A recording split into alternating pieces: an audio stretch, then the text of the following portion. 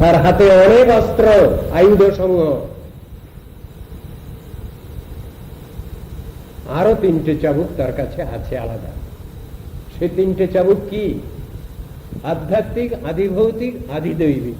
এই 3 চাবুক নিয়ে বসে আছেন তিনি, সেই মহামায়া দুর্গা দেবী। আধ্যাত্মিক তাপ মানে মানসিক কষ্ট, যত রকমের আদি ব্যাধি যত রকম আছে এবং যত রকমের মানসিক কষ্ট আছে, এটা হলো আধ্যাত্মিক তাপের অন্তর্গত। আদি ভৌতিক তাপ প্রাণী জগৎ থেকে যেসব কষ্ট আছে, কিরকম? সাপে কামড়ালো, বাঘে ধরলো, কুকুরে কামড়ালো, বেড়ালে কামড়ালো, এইগুলো হলো আদি ভৌতিক তাপ, প্রাণী জগৎ থেকে কষ্ট। আদি দৈবিক তাপ, দেবতাগণ থেকে যে কষ্টগুলো আসছে আমাদের, অতিবৃষ্টি, বান, বন্যা, প্লাবন, করকাপাত, অগ্নুৎপাত, এগুলো হলো সব আদি দৈবিক তাপ। তো যত রকম কষ্ট পাচ্ছি আমরা এই সংসারে, সব কষ্টগুলোকে এই 3 ভাগে ভাগ করা হয়েছে। তা মহামায়া দুর্গা দেবী এই 3টে চাবুক নিয়েও বসে আছে। আমরা যদি কখনো ভুলেও যদি সেই ভগবানের কাছে যেতে চাই, তাহলে আমাদের বাহাদুরি আছে। বিচারগুলো শাস্ত্রে দেওয়া আছে। শিক্ষা তো অনেক রকমের হয়, দেখে শেখা আর ঠিকে শেখা। দেখে যারা শিখতে পারি আমরা, তাদের সময় কম লাগে, আর যাদের অপরের দুঃখ কষ্ট দেখে শিক্ষা হয় না, তাদের থেকে শিখতে হবে, সময় বেশি লাগবে। আইনেতে এগুলো বলা আছে।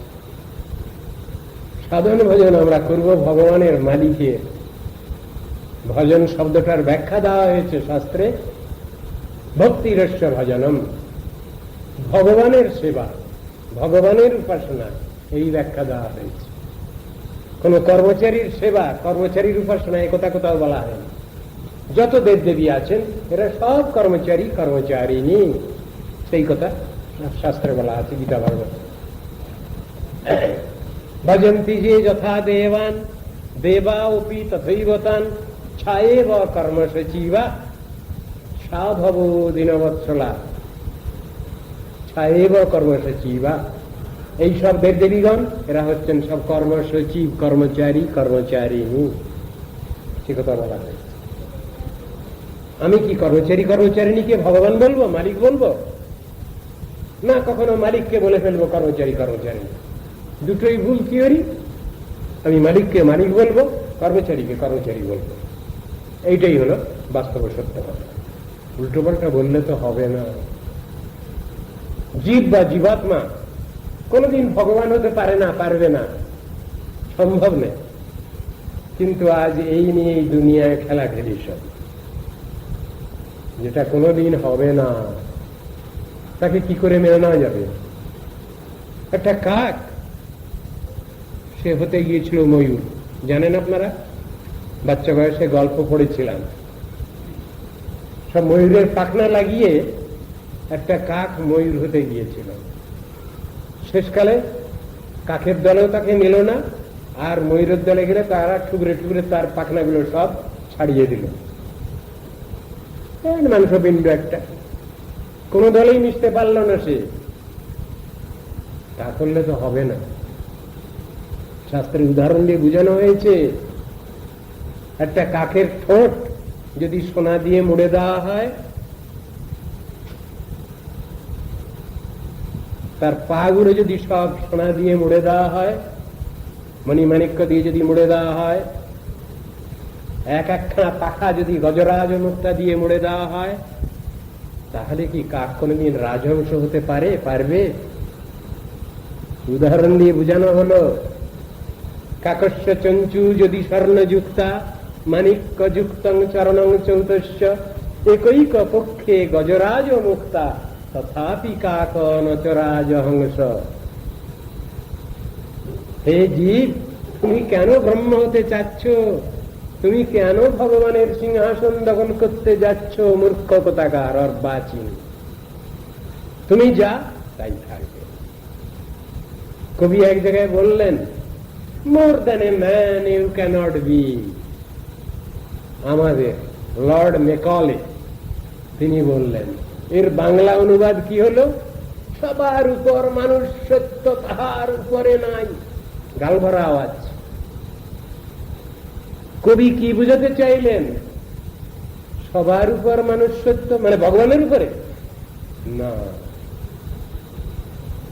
ভগবান সৃষ্ট যত প্রাণী তার মধ্যে মনুষ্য সৃষ্ট, সেটা বুঝাতে চেয়েছি। ভগবান কি সৃষ্টি করলেন? প্রথমে জল, 3 ভাগ জল পৃথিবীর, 1 ভাগ স্থল। তারপরে তিনি জলজ প্রাণী সৃষ্টি করলেন। তারপরে তিনি উভচর প্রাণী সৃষ্টি করলেন। উভচর প্রাণী এই কচ্ছপ টাচ্ছপ, এইসব কঞ্চ, শেল, এসব। তারপরে তিনি উরগ প্রাণী সৃষ্টি করলেন। উরগ প্রাণী এই সাপটাপ, এইসব জাতীয় রেপটাইলস, এদের সৃষ্টি করলেন। তারপরে ভগবান পাখি সৃষ্টি করলেন। তারপরে ভগবান পশু সৃষ্টি করলেন। এসব সৃষ্টি করেও ভগবানের মনে আনন্দ হচ্ছিল না। কেন? এদের সৃষ্টি করলাম, এদের সঙ্গে আমার কোনো ভাবের আদান প্রদান হবে না, এরা আমার অন্তর বুঝতে পারবে না। তখন ভগবান তার নিজের আকারের মতো একটা আকার দিয়ে মানুষকে সৃষ্টি করলেন, নরাকার, পরব্রহ্ম ভগবান। ও আকারটা, অরিজিনাল আকারটা হলো ভগবানের, সেরকম একটা আকার দিয়ে মানুষকে সৃষ্টি করলেন। তাকে দিলেন কি? ঐশ্বর্য, জ্ঞান, বুদ্ধি, বিবেক, বৈরাগ্য, বিচক্ষণতা, সবকিছু দিয়ে সৃষ্টি করেছেন সেই ভগবান মানুষকে। আমি তোমাকে এই এই সম্পদের অধিকারী করলাম, এর অপব্যবহার করবে না, যেন মিসইউজ না হয়, সাবধান বলে দিলেন ভগবান। তো সেই মানুষ যখন সাধন ভজন করতে এগিয়ে চলে সদ্গুরু পদাশ্রয়ে, তখন তাকে বলা হয় বিকচিত চেতন মনুষ্য। সাধারণ মানুষকে বলা হয়েছে মুকুলিত চেতন মনুষ্য। সাধন ভজন প্রয়াসী ব্যক্তি, সাধক সাধিকা, তাদের বলা হয় বিকচিত চেতন মনুষ্য। যখন সাধনে সিদ্ধি লাভ করেন তারা, তখন তাদের বিশেষণ হয় পূর্ণ বিকচিত চেতন মনুষ্য বা সিদ্ধ মহাত্মা, এই বিশেষণ হয় তাদের। সুতরাং মানুষ বললেই তো হবে না, তার ভিতরে তো গ্রেডেশন আছে, তার ভিতরে তো অধিকার বিচার আছে, সব সমান না, ক্লাসিফিকেশন আছে। শ্রেণীহীন সমাজ যারা গড়তে চাচ্ছেন, বোকার হাড্ডি তারা, তাদের মতো বোকা লোক দুনিয়ায় নেই। শ্রেণীহীন সমাজটা কি হবে? ক্লাসিফিকেশন থাকবে না? Class 2, class 3, class 4, class 6, class 10 থাকবে না? ক্লাসিফিকেশন থাকবে না? BA, BSc, MSc, BCom, MCom, এটা থাকবে না? ক্লাসিফিকেশন থাকবে না? মূর্খের মতো কথা বললেই হবে? যারা অনার্স নিয়ে পড়ছে, সাধারণ ছেলে মেয়ের থেকে তারা নিশ্চয়ই বাহাদুরি আছে তাদের। ক্লাসিফিকেশন না ওটা? শ্রেণীহীন সমাজ গড়তে চাচ্ছেন এরা, মূর্খের ডিম সব। শ্রেণীহীন সমাজ কি এবার? এই উচ্চাওচ ভাব সবসময় থাকবে। যেমন ইংরেজি গ্রামার পড়তে গেলে গুড, বেটার, বেস্ট আছে, তেমনি ব্যাড, ওয়ার্স, ওয়ার্স্টও আছে, চিরদিন আছে, চিরদিন থাকবে। মূর্খামি করলে হবে না, সব জিনিসটা বুঝতে হবে, শাস্ত্র দৃষ্টি নিয়ে বুঝতে হবে। মূর্খামি করে কিছু বললেই সেটা বিশ্বের যারা বিদ্যুৎ জনবরেণ্য আছেন, বিশ্বের যারা চিন্তাশীল মনীষী আছেন, তারা ওটাকে মেনে নেবেন না। মুষ্টিমেয় মূর্খ সেটা বলতে পারে, চিৎকার করতে পারে।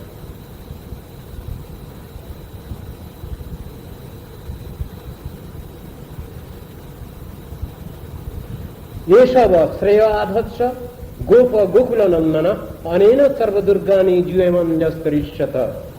তারপর আবার বলছেন, গোপ এবং গোকুলের আনন্দবর্ধক এই বালক তোমাদের মঙ্গল বিধান করবেন। সে কি? এটা বাচ্চা শিশু, সে গোকুলের আনন্দবর্ধন করবে?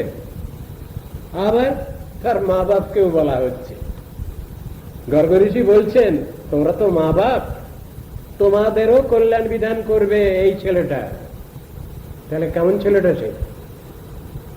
তার পিতামাতারও মঙ্গল করবে সে।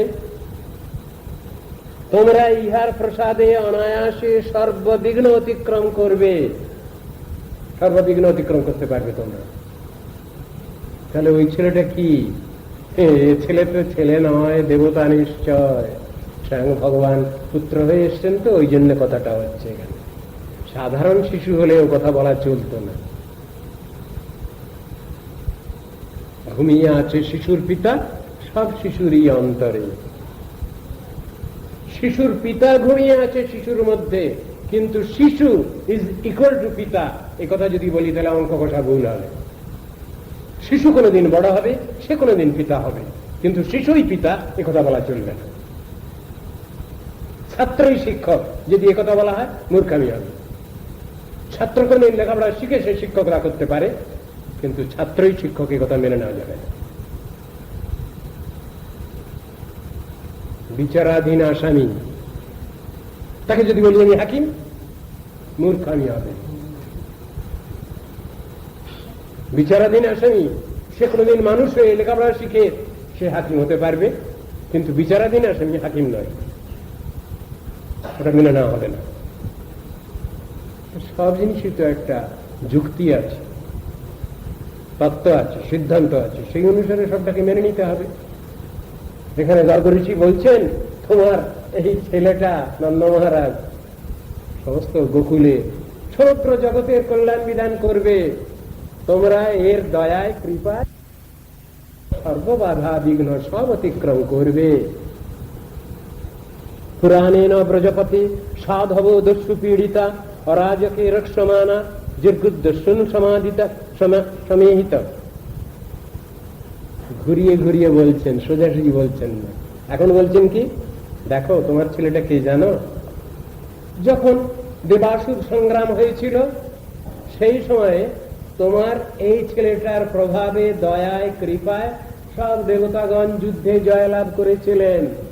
সেই ছেলেটা এই তোমার এই ছেলের দয়াতে দেবাসুর সংগ্রামে দেবতারা জয়লাভ করেছিলেন। দেবতাদের কোনো অহংকার করবার কিছু নাই, দেবতাদের চেষ্টায় জয়লাভ হয় নাই, তোমার এই ছেলের শুভেচ্ছা শুভাশীর্বাদী তারা জয়লাভ করেছিলেন। তারই কৃপায় এরা সুরক্ষিত হয়েছিলেন দেবতারা। জয় তস্মিন মহাভাগা প্রতিং কুর্বন্তি মানবা নারোয়ম অভিযান অভিবন্তেতান বিষ্ণু পক্ষানি বা আসুরা। অসুরগণ যেমন বিষ্ণুপক্ষীয় ভক্তগণকে পরাজয় করতে পারে না, তদ্রূপ যে সকল পরমভাগ্যবান মানব তোমার এই ছেলের প্রতি প্রতিযুক্ত হবেন, একে ভালোবাসবেন। কংসাদিন ন্যায় বাইরের যত শত্রু আছে তারা কেউ কিছু করতে পারবে না, যদি এই ছেলে সহায় থাকে তাদের। ভগবান যার সহায় আছে তার আবার অসুবিধা কি? রাখে হরি মারে কে? ভগবান যার সহায়। তৈ প্রসন্নে কিমিহা পরের্ন তজ্জ প্রসন্নে কিমিহা পরের্ন। ভগবান যদি আমার সহায়, ভগবান যদি আমার সাহায্যকারী, আমার তো কোনো ভয় নাই। ভগবান যদি প্রসন্ন, তাহলে সব ঠিক আছে। ভগবান যদি আমার প্রতি অপ্রসন্ন, আমার আর কিচ্ছু নাই। এই জন্য শাস্ত্রকার বললেন, অরির মিত্রম বিসংপত্তম অধর্মম ধর্মমুচ্যতে সুপ্রসন্নে ঋষিকেশে বিপরীতে বিপর্যয়। বুঝতে পেরেছি? অরির মিত্রম, ঘন্টা পড়েছে। আমার যদি কেউ শত্রু থাকে, থাকো, সেই শত্রু আমার পরমমিত্র হয়ে যাবে। বিসংপত্তম, আমাকে যদি কেউ বিষ খেতে দেয়, আমি যদি সেটা ভগবানে নিবেদন করি, সেই বিষ অমৃত হয়ে যাবে। অধর্মম ধর্মমুচ্যতে, সাধারণ মানুষ দেখছে যে এটা যেন অধর্ম, এটা যেন দুর্নীতি, সেটা সন্নীতি হয়ে যাবে, সেটা সদ্ধর্মে রূপান্তরিত হবে। সুপ্রসন্নে ঋষিকেশ, ভগবান যদি আমার প্রতি প্রসন্ন হন, বিপরীতে বিপর্যয়। ভগবান যদি আমার প্রতি অপ্রসন্ন, সব গেল, গোল্লায় গেল, কিচ্ছু থাকলো। সেজন্য ভগবত প্রতি কামনায় আমাদের এই সংসারে বাস করতে হবে।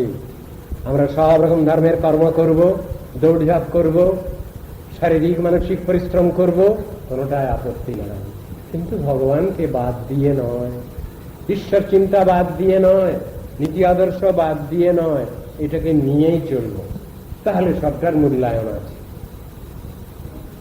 ভগবানকে বাদ দিয়ে নয়, ধর্মকে বাদ দিয়ে নয়, সেই শিক্ষাই এখানে দিচ্ছে।